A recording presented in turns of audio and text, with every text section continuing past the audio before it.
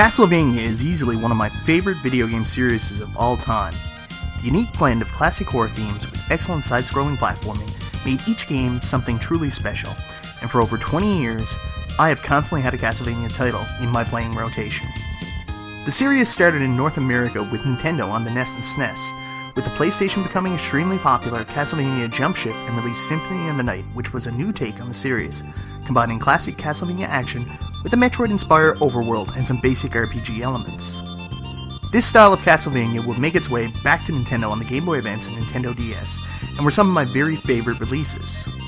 The last Castlevania game I picked up was Lords of Shadow, a cross-platform release on the Xbox 360 and PlayStation 3.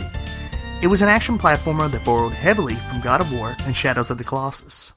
Castlevania has had so many fantastic releases across all the major platforms, but there's one release that always seems to get overlooked.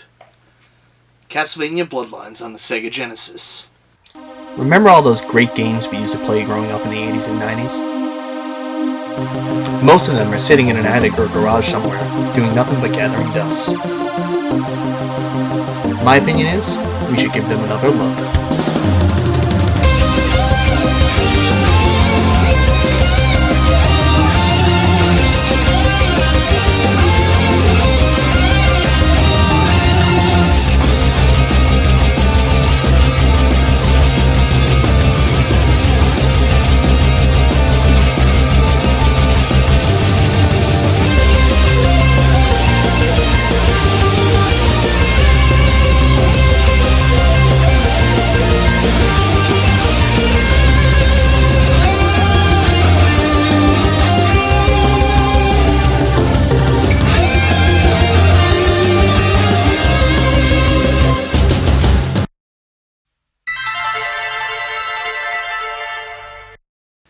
I too was one of the people that overlooked this game when it first came out. When it was released in 1994, I was still a Nintendo fanboy, and if it wasn't for ads in magazines, or this ad at the end of wrestling. Introducing Castlevania Bloodlines for Sega Genesis, the most horrifying vampire hunt ever. 2 new heroes, plus hordes of evil enemies and ghastly ghouls. It's intense adventure from Konami. I wouldn't have even known about it. Thankfully, when I did get my Genesis, I managed to find a copy of Bloodlines, and man am I glad I did, because it's definitely one of the most unique and interesting releases in the Castlevania series.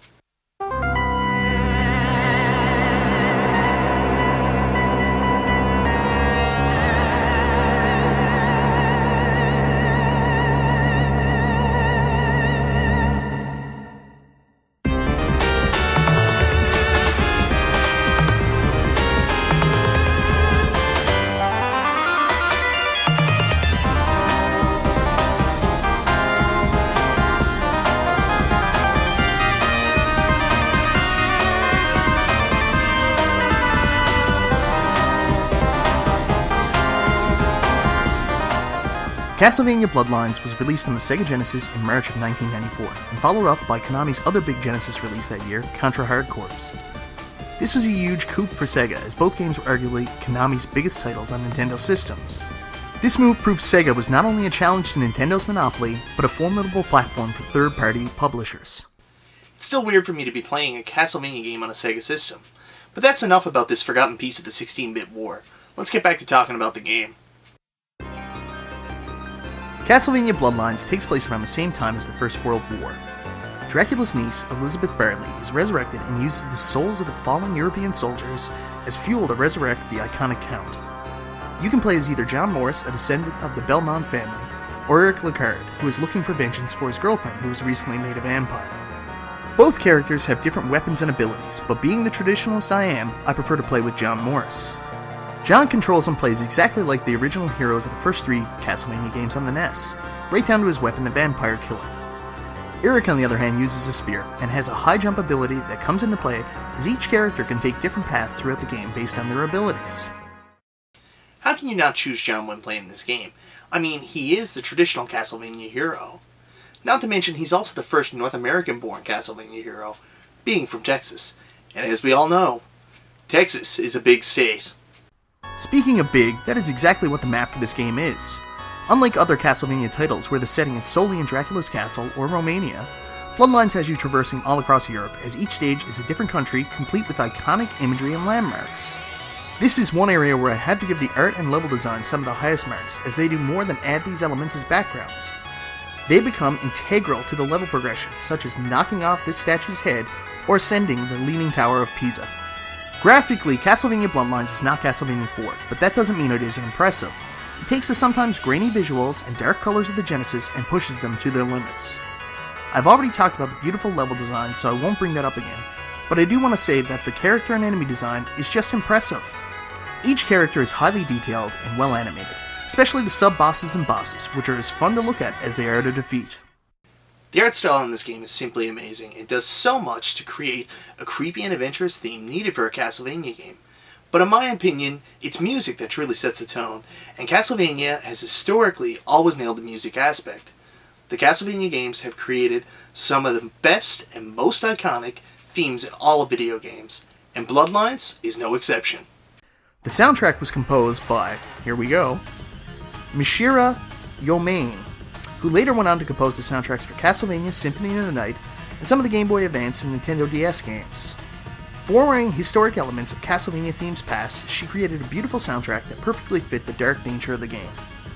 I did say borrowed, but in some instances the term reuse would be a better fit. At the end of the first stage, they use the Castle Keep theme from the original Castlevania. And my favorite is right before you ascend the final stairway to challenge Count Dracula, they play a Genesis recomposed version of Simon's theme from Castlevania 4.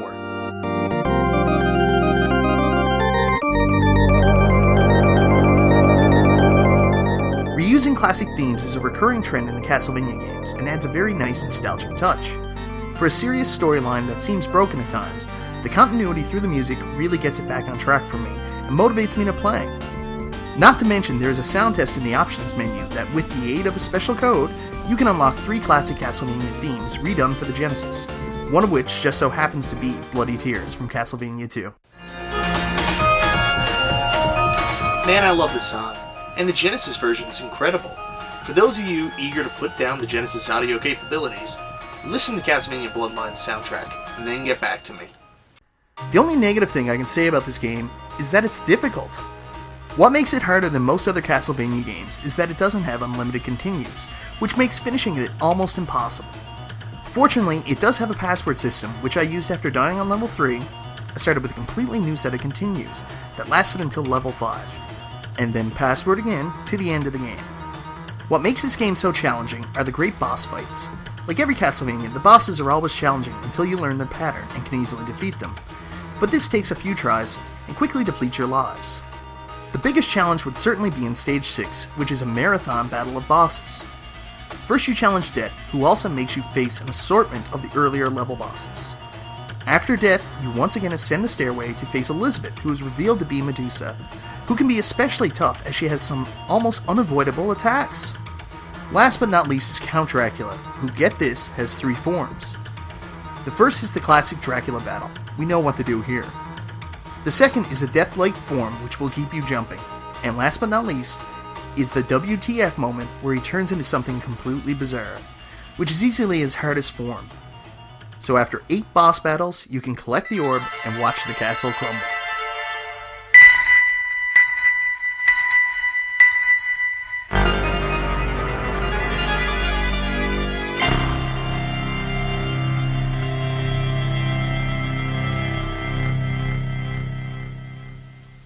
Castlevania Bloodlines is a great game. Is it the best in the series? Well, probably not. But it stands out in my opinion for its unique gameplay while matching all the excellent standards of all other Castlevanias. If you're a Castlevania fan and you've never played Bloodlines before, I would strongly advise you to consider adding it to your collection. Anyways guys, this is MichaelBtheGameGenie. Thank you so very much for watching, and I'll talk to you next time.